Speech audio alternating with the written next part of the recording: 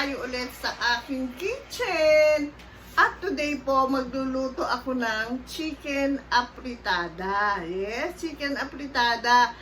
My version. Okay po? Hindi po pagalingan ang pagbablog natin ng luto. Gusto lang po nating i-share yung ating pagluluto. It's up to you po kung gusto niyo siyang gayahin. Ayan, panoorin. Wala pong pumipigil. At isa pa po na sasabihin ko, tayo po ang reyna ng ating kusina. Tayo po ang masusunod sa ating pagluluto. Wala pong iba. Ito pong video na to, gusto ko lang pong i-share sa inyo yung aking style of cooking. Kung gusto nyo pong i-adapt, much better. Kung gusto nyo naman panoorin lang, okay lang po yun. Wala pong problema. Yes. Ano pang inaantay? Start the cooking! Ang main ingredient, syempre, ang ating chicken, hinugasang mabuti, putulin ng maliliit. Yes, para yung lasa po pasok na pasok sa loob. Tapos, meron tayong bawang. Konti na lang pala yung bawang ko, kaya gagamitan ko na siya ng garlic powder. Meron akong hotdog dyan.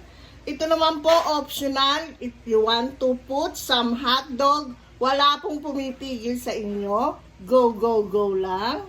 We have onion. Tapos ito yung mga balat ng chicken.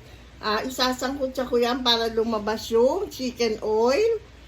Meron tayong kamatis. Marami pala akong kamatis sa reps. Kaya, ayan, maglalagay tayo ng kamatis. Pero maglalagay din tayo ng tomato sauce. Hindi nga lang lahat ito kasi meron ng kamatis. Kalahati pwede na. Then, meron ako dito potato, 3 piraso binalatan. Ayan. Maglalagay din ako ng kaunti o 1 kutsarang pickle relish, sweet pickle relish. Para po makadagdag sa masarap na lasa ng ating apritada.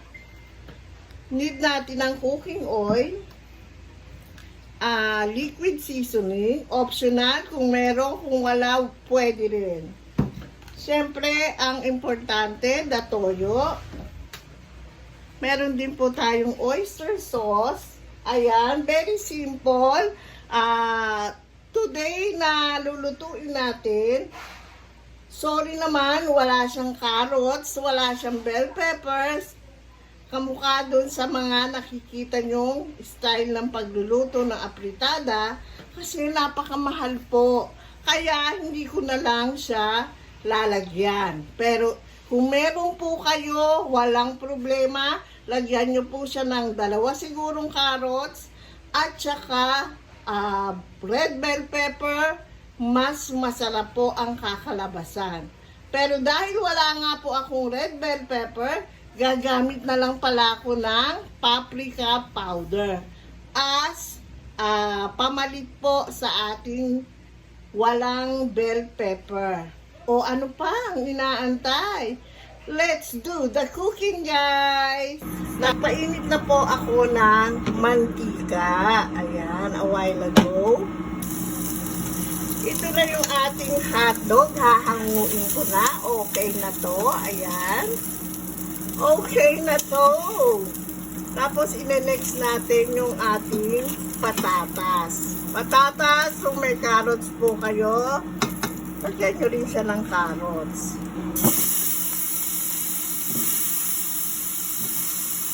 Okay na rin ang ating patatas. Set aside na rin po natin. Ginagawa lang po yun para yung patatas at carrots hanggang sa huli ng pagluluto, hindi po siya madudurog o malalabog. Kung gusto nyo lang naman, kung ayaw nyo, okay lang po. Ito medyo palalabasin lang natin yung mantika. Dagdag tayong konting cooking oil. Madali lang po itong lutuin. Paborito ng mga apo ko, especially the sauce. Itong gusto nila yan. Naglabas na ng mantika yung ating chicken skin. Ayan. Meron na tayong, kasama na dyan sa mantika na yan ay ang ating chicken oil. O, ayan. Mix na natin yung onion, garlic,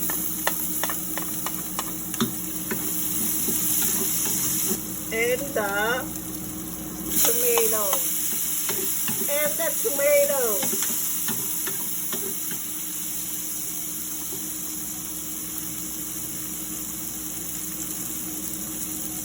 Kaputsahin natin mabuti. Durog-durogin ng kamatis. Pwede na po natin ilagay yung chicken.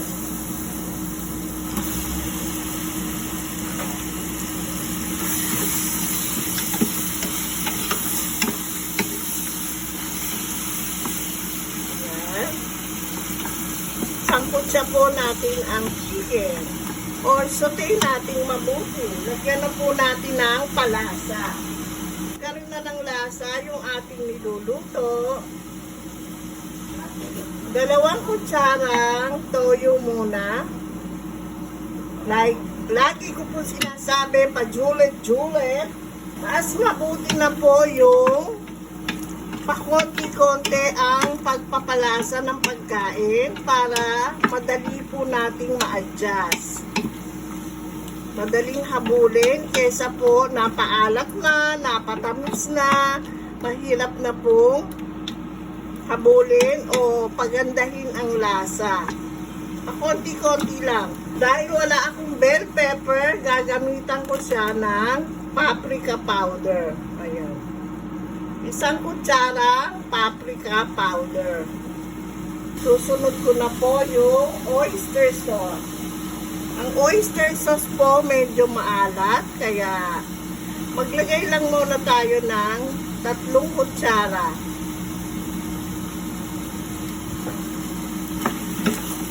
Ayan. Haluin natin. Haluin. Pwede na natin yan lagyan ng tubig. Lagay po muna tayo ng 1 cup of water para hindi siya manipid. Pakuluan po muna natin. Ayan, i-simmer natin siya 5 to 8 minutes.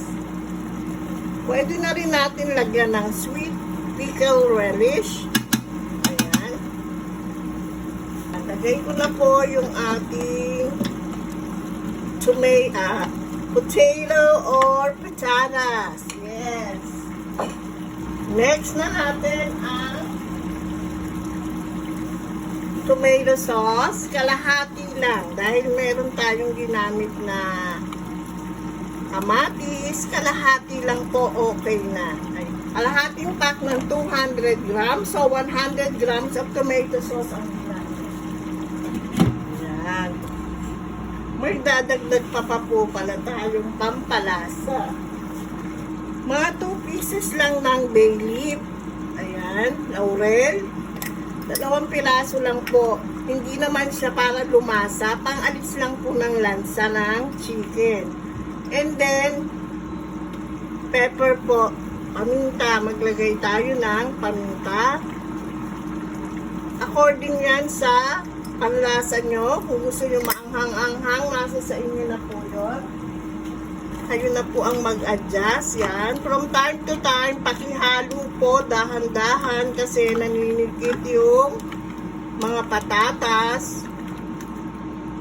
Kaya, halo-halo din pag may time.